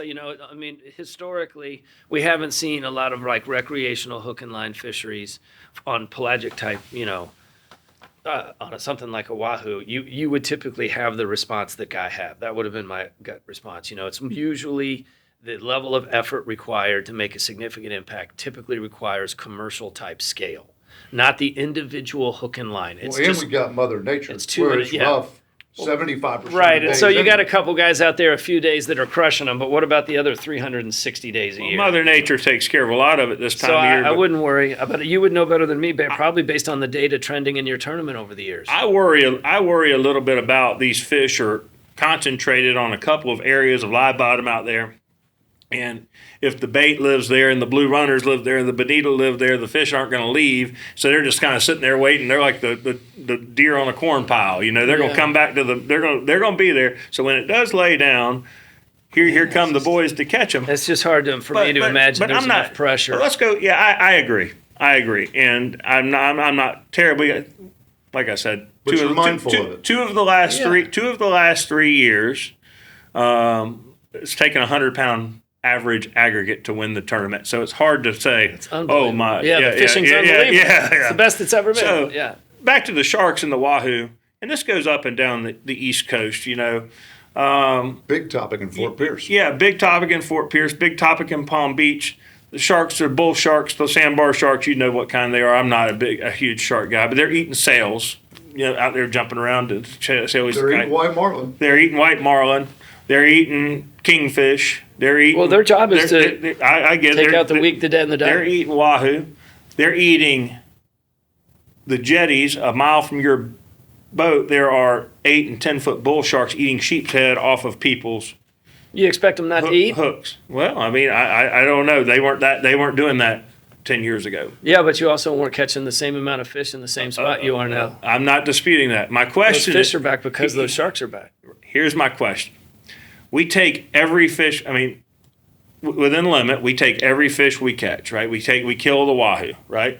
We kill the kingfish for the most part. I don't, but most people kill the kingfish. Kingfish are slow-growing fish. The big ones need to be released unless you're in a tournament. I believe that. I live by that. It's managed by the FWC. Yeah, exactly. Yeah, anything that's managed, if you're following the rules, you're good. But I'm just saying that we don't kill sharks for the most part. Recreational guys don't kill sharks. Yeah, even though they can. Do you think that that's why the sharks seem to be more prevalent? Because I don't agree with long lining sharks and finning them. I don't want that. But should there be some sort of commercial aspect to sharks in Florida? Well, there's no commercial market. All the way to North Carolina. They were eating every tuna for some reason last year. It's all in a cycle, right? Last year the sharks weren't so bad, but 2 years ago in North Carolina they could not get a tuna to the boat on the charter fleet. Yeah, they're going to have to adapt. They're going to have to move. Yeah. Well, I mean, that's what I can tell you. Like, look, man, that's what a wild ocean looks like. That's the hardest thing here. Like, I had the privilege of doing a big study in the Galapagos Islands. And as part of the study in the Galapagos Islands, we had to catch baits and chum. And the baits that the scientists wanted were like 200-pound yellowfin and 80-pound wahoo. And so here we then have these permits. We're slow trolling and we're walking baits and stuff, like in places in the Galapagos Park where I don't think anyone's fished for maybe like decades. You know, Wolf Island. It's because we're in the middle of this science project. Incredible fishing down there too. I mean, but we're fishing like right on the island, you know, and inside the park. And we couldn't get a 200-pound tuna to the boat. Not possible. Go to Cat Island. So now listen. So you agree with that? That is what a truly wild ocean is supposed to look like. Like, that is why they can't catch the giant marlin off the Great Barrier Reef all the time, because they're going there because the giant marlin are there, because it's still a totally wild place, and a totally wild place is full of sharks. And if you don't catch things fast, they're dead. Gone. Or at least half. Yeah. So what's happening here is so many people grew up in such a highly compromised situation that they're struggling to deal with what a real wild ocean looks and operates like. You saw it Midway. Yeah, I did. And so we have this kind of perception problem that there's a problem, even though we're actually returning. We fixed the problem. Everyone's charter boat business and their commercial fishery, they're limiting out closer to home quicker than ever. And it's because of the sharks. And now you want to make the same mistakes we made in the 70s and 80s that tanked our fish populations. I know you don't want to do that. But I mean, that's what the argument actually would result in. I don't. I'm just wondering, do you think that it's a modest commercial limit? The problem with the commercial thing is there's no market. Yeah, okay. So there's nobody wanting to do it. Nobody wants to eat the That's full of mercury. Yeah. You know, they're bioaccumulators.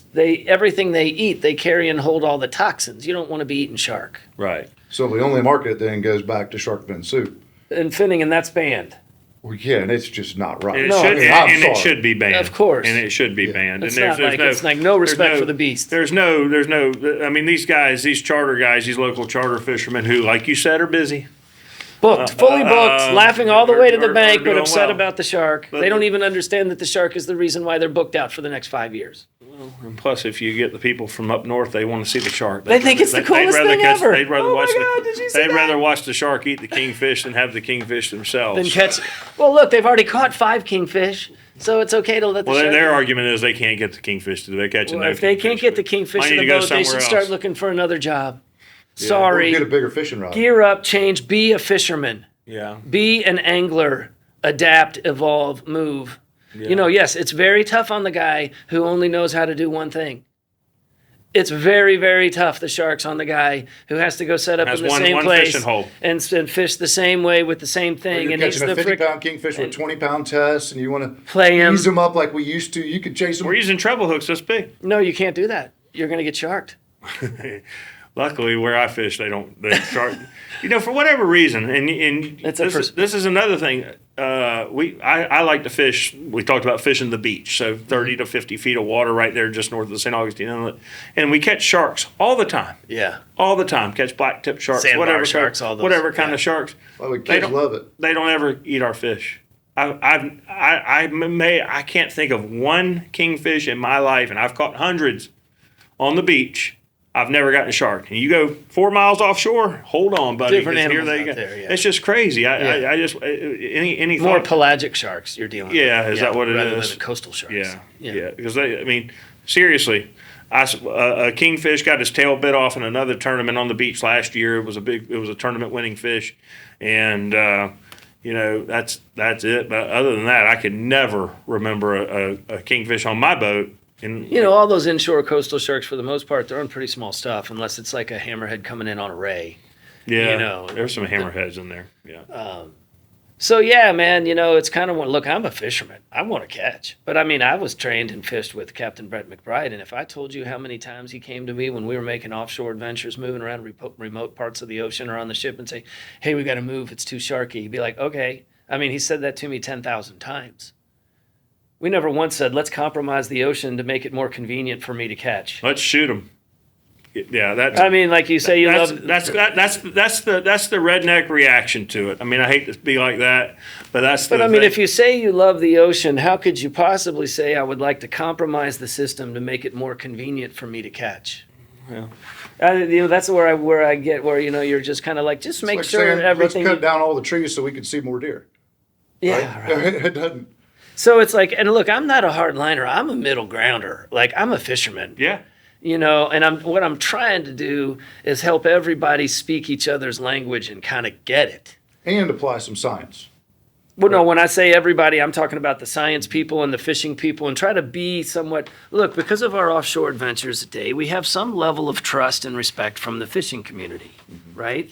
Because of the 100 peer-reviewed papers and the 48 expeditions around the world, we have some level of respect from the science community.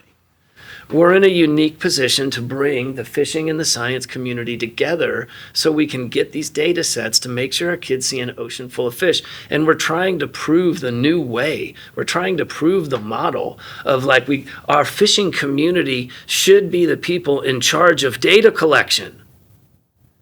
And then we help the scientists collect the data sets they need so they can then go write their papers, and we can quickly manage toward abundance because we have the data sets we require. All OCEARCH is showing, look, we can bring world-class watermen and world-class scientists together to solve the most complex puzzles that haven't been solved to make sure our kids can eat. But we also might need it just for a scientist who needs to insert 20 tags in redfish in St. Augustine. Yeah. And why is that kid struggling when some local charter captain could put him on 20 redfish in 3 hours and go home and change the kid's life? Mm-hmm. And that you could apply that to a snook or a trout or a sailfish. We have to get in the game as a recreational fishing community if we want to shape the outcomes. And it doesn't happen by bitching from the sidelines. Yeah. We have to become the path to data collection. And that's what OCEARCH is trying to prove, that model.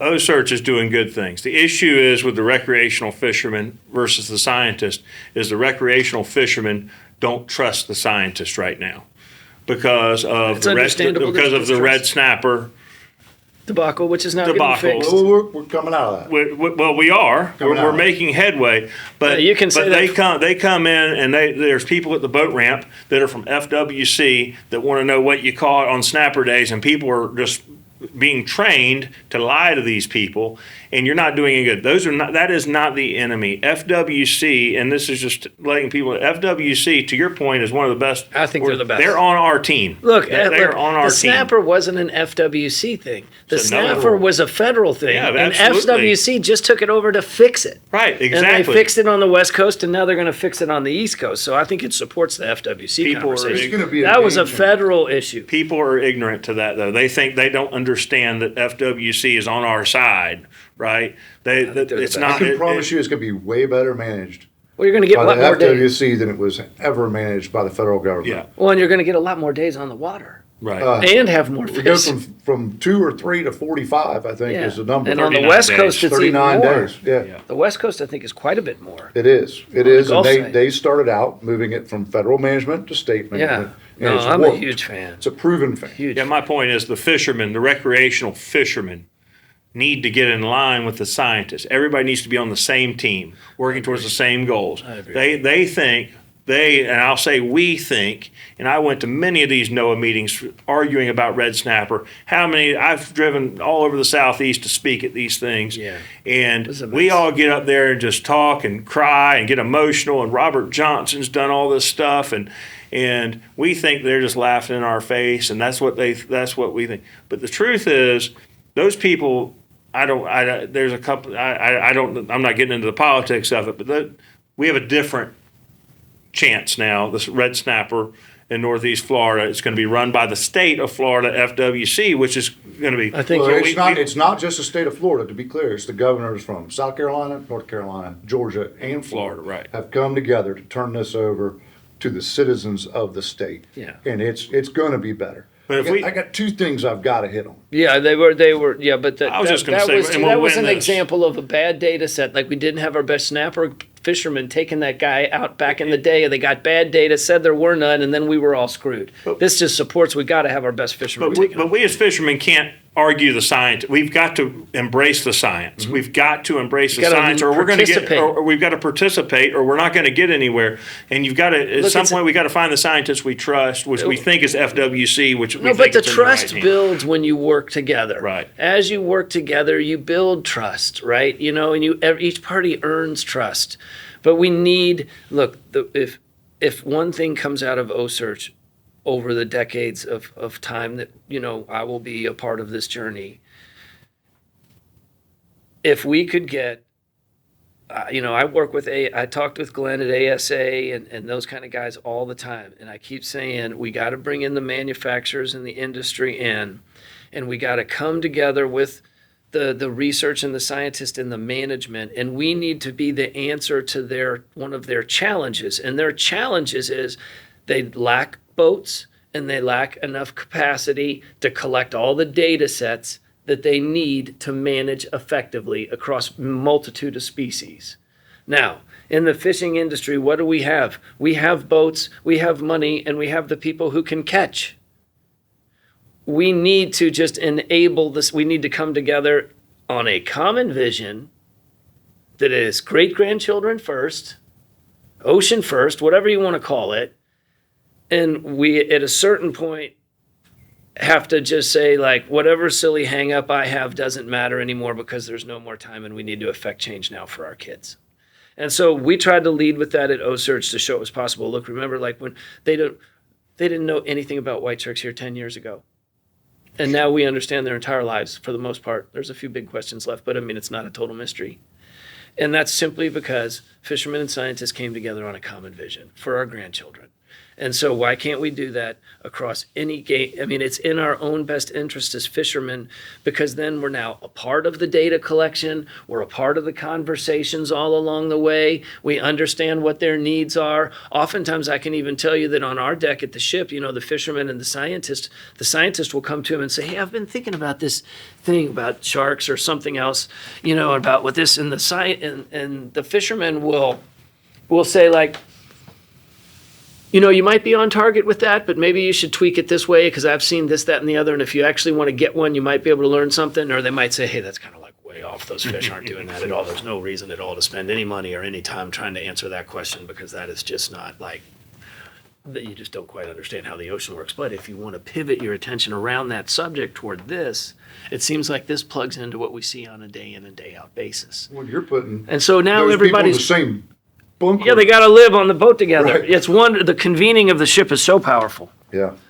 And Could I ask you we do about- need to come together on that. We talked last time we were together and today about your fishing trip for great white sharks to the Mediterranean Sea and off the coast of Europe. Can you tell me how that went?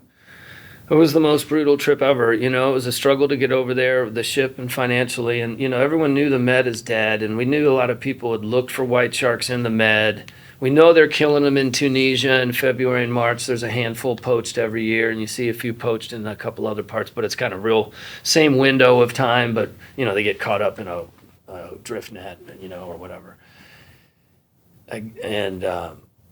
So we're like, okay, well, if these animals do what we've seen in these other populations we've worked on in various parts of the world, they should be leaving the Med and going somewhere to chew on seals all summer and fall to bulk up for the winter.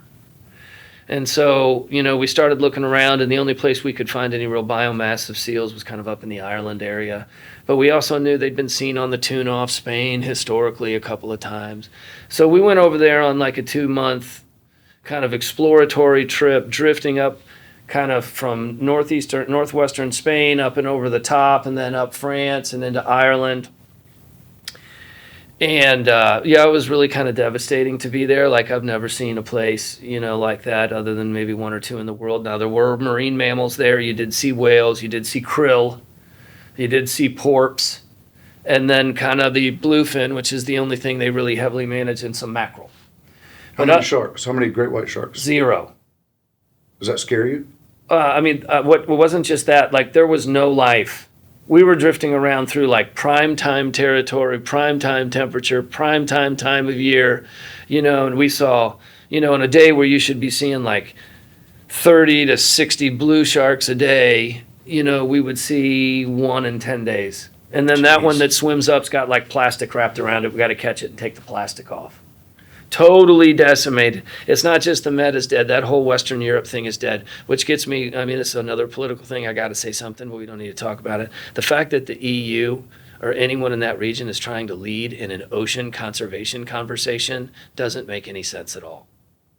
If you're going to lead in a conversation like that, you should have your own backyard humming along pretty good. Otherwise, someone else should take leadership of the conversation who's actually done it. And in my opinion, that would be FWC. If you want to have someone lead the world toward abundance, we should shit can the European Union, whatever. They have all these meetings all the time. You see them. Like 20 meanwhile, the guys over in St. Pete doing the science over here, we got not one species of game fish in an overfished category in the state of Florida. We have abundance levels off our entire eastern seaboard and western seaboard that certainly are better than we've seen in 50, maybe 70 years. Most people who fish a lot on the water a lot would basically tell you I'm seeing more life now than I ever have in my life, aggregate life. And nobody even knows we've done it, because I just don't think it's politically convenient for the Americans to have sorted it out. But when you fished around the world, we are so far ahead. Yeah. No one else is even close. And we're sustainably fishing, unlike the Galapagos where nobody can fish in general. It's all closed. Yeah. We can fish here. No, there you got the international fleet stacked up on the line waiting to come in after dark and start poaching. Mm-hmm. Right. That doesn't go. That's not sustainable. No, but one of the things that I worry about when you see this and you go around the world and you see the success we're having is, unless we start getting these other parts of the world following the same mojo. I've been so hard trying to get to the president's office. I'm like, you understand, with all these trade deals, he's using trade deals to stop wars. He's using trade deals as leverage to stop and get all sorts of things. It would be very easy for the United States to say with you that, we'd love to do our lovely trade deals and have you be a partner, but we'll only do that. There's no gill netting allowed in your country. Just that one thing. That's an easy Just that one thing would make him the guy who brought back the world's oceans, which would be like a total... that would mess with a lot of people. It goes back to a gill net. It's crazy. Look, if you had to pick one thing and you wanted to keep it simple, and you could just pull that off, you would be making, now everyone who trades with us, at least some of their inshore fisheries would be coming back, so that what's going to happen is they're going to come for our fish one day. They're going to come for our food. We've seen them. And if we don't get them going, they're going to be coming. And then that's a problem. That's like a food security problem, then that's a whole nother level. So why not get everybody else coming along the best we can with some real practical steps so that we can avoid that down the line and they can feed themselves. Excellent. Second question. This is one that nobody likes to talk about. The money. We're on the ship today. Ship needs to go into the yard. It does. Bad. Yeah, we need about $1 million worth of work. Yeah, Paul and I were talking about on the way home. Maybe a little more. Could be. Depends on how far you want to go. It needs a lot of work. The city of Jacksonville, correct, has built you an amazing dock. It's a damn nice dock. Yeah. How long is it? Oh goodness, I think it's a couple 100 feet long. Yeah, it looks 300. We're 126. I think we could put 2 of ours on there. Yeah, and they've essentially granted you or gifted you or they're that's a public dock that we get to use for now and could be used for there's facilities plans to be built. Yeah, they've given us a nice piece of land there. Yep, it's amazing. It's one of those like 40-year leases for $1 a year. Yep. Yeah. But it's it's unbelievable the commitment that they have made for OCEARCH. As well as the state. You funded OCEARCH, you said, all the way back to the very beginning, buying the ship, right, personally. Yeah. And what can we as a fishing community or as a boating community or as a marine industry, what things can we do to try to bring support? You know, I can donate a little money, Paul Yeah. can donate a little money, but what type of, and the state of Florida has stepped up. Oh, yeah. Is that big correct? Time, big time. Could you speak to some of the success and some of the challenges and maybe end up with some ideas of what you'd love to see that's realistic? Well, I mean, just from a business model, what we're trying to do, just to kind of zero out to engaging with everyone, is, you know, what I wanted to try to do is kind of a social entrepreneurial program here where we could develop a brand and that there was enough revenue streams and products around the brand that the brand actually created enough revenue to pay for the ship to give it to the scientist, right? So you have the subscriptions on our website, the premium service, that's a big thing on the Global Shark Tracker. And then you have e-com. So that's something that anybody could do. Right? Anybody can do, man. You go to, download the OCEARCH app, and you can track all these great white sharks in real time. And then there's a premium layer for $29 a year or $3.99 a month that allows you to see all the historical content and a much more kind of insider view on things. That helps a lot. Anybody can afford to go fishing. A few bucks a afford month. to do that. Yeah. Yeah. And then, of course, that the OCEARCH merch shop, we love it when people are buying shirts and stuff and giving it away because we wanted to try to create an environment where everyone could help, that it wasn't just about the philanthropist who could have cut a giant check. And if people needed a shirt, why not buy a shirt or a hat or whatever from a company that's doing good and I follow their work or my kid uses their educational curriculum. We have a big education program. And so that's helpful kind of on the smaller level. And then there's obviously the donating at a more significant level. But we're trying to really build a program where, you know, the content, the merch, the subscriptions, along with traditional philanthropists and then companies, because we have so much scale and we can really provide a good shine onto organizations. Like OCEARCH has over 30 billion earned media impressions year to date. There's been over 12,000 news stories on OCEARCH worldwide this year. Wow. And we integrate all of our brands that support us into that earned media, and to try to really build an enterprise that, you know, you could bring all that together and then it would actually pay for the ship to give it to the scientists. So you have all that going on, and then you have our traditional philanthropists who come in and help us with just normal donations, as we're a 501c3. And then, of course, the city of Jacksonville with the land and the dock, and the state of Florida coming in to fund a new research vessel and to help us build out the world headquarters. All of that coming together, kind of a proper public-private kind of effort. And you feel the state's very committed to this? Yeah. Good. Yeah, the state's been amazing. Our local senators here in Jacksonville have been amazing, and our representatives here. So This could be something really cool. I mean, already cool, but it's going to 20 be years it's from going now? to it's going to be bigger and more than you see of what you think of just OCEARCH today. You know, all of the shark research that you see is kind of the cornerstone of OCEARCH. Will be continuing on, but you're going to see a whole maritime workforce training component where people are learning how to be diesel mechanics and fix Yamahas and weld and because, you know, look, that's the practical component of OCEARCH. If the ship's not running and the guys aren't catching, there is no science. Yeah, it stops. It's just how it is. It's hard to keep that big boat And the running. boat is what, There's so, but always now if something broken. we can kind of, you know, diversify that across workforce training as well as ocean research and conservation, then, you know, the expense of it is not so heavy on either side. Like, we can do two things at once and make it more affordable and also create more skilled young people coming out. So, you know, the shark research is going to say the new vessel that's been funded by the state of Florida is going to be incredible. Captain Brett designed it. It's a little over 70-foot catamaran with a lift that's in the back between the two hulls. And I think that's going to be transformational, not only for our shark work, but, you know, should someone call us and need help with a large turtle or large ray, a large marine mammal, you know, we're going to have a 70-foot catamaran. You can drop a platform in and slide anything in you want, pick it up, work on it, and drop it back out. I think that's going to be transformational for a lot of things. That's going to be, we should be putting out the RFP to begin the building process of that within the next 2 months. And then we're hoping to break ground on putting in the new seawall and elevating the land down in Mayport late this coming summer. We just have to get some leases in place before we can apply for permits. So that's all funded. And so we're continuing to then raise money to build out the residence down there, as well as the main center, which will be the exhibit, the science lab, and the vessel maintenance facility. And I think when it's done, it's going to be an incredible component for the community. It's going to be, look, there's no reason in the world why we shouldn't be sending out the most advanced, practically trained marine biologists in the world from Jacksonville, Florida. There's just no reason in the world that we shouldn't be cranking out the best in the world, right here in Florida, the world leaders. And when you bring the practical and the academic together like we do with the schools, like, you know, all the universities we have around here, and we support 12 Florida institutions from all over the state. Those students are all welcome, and we collect data sets for them and samples for them.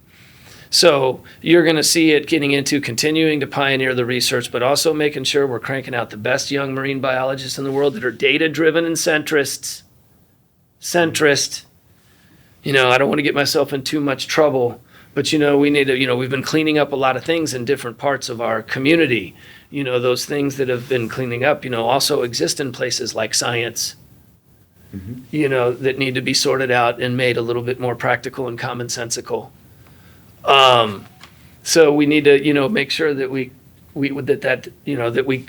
get to the middle. Yeah. And we fearlessly stand beside common sense. Couldn't have said it any better. Yeah. Thank you. Yeah. This has been fun. Yeah. Let's do it again. Anytime, man. I'm just down the road. Yeah. Thanks for having me. I've enjoyed our time today Yes, sir. a lot. I hope you all have as well. It's been nice. Appreciate it.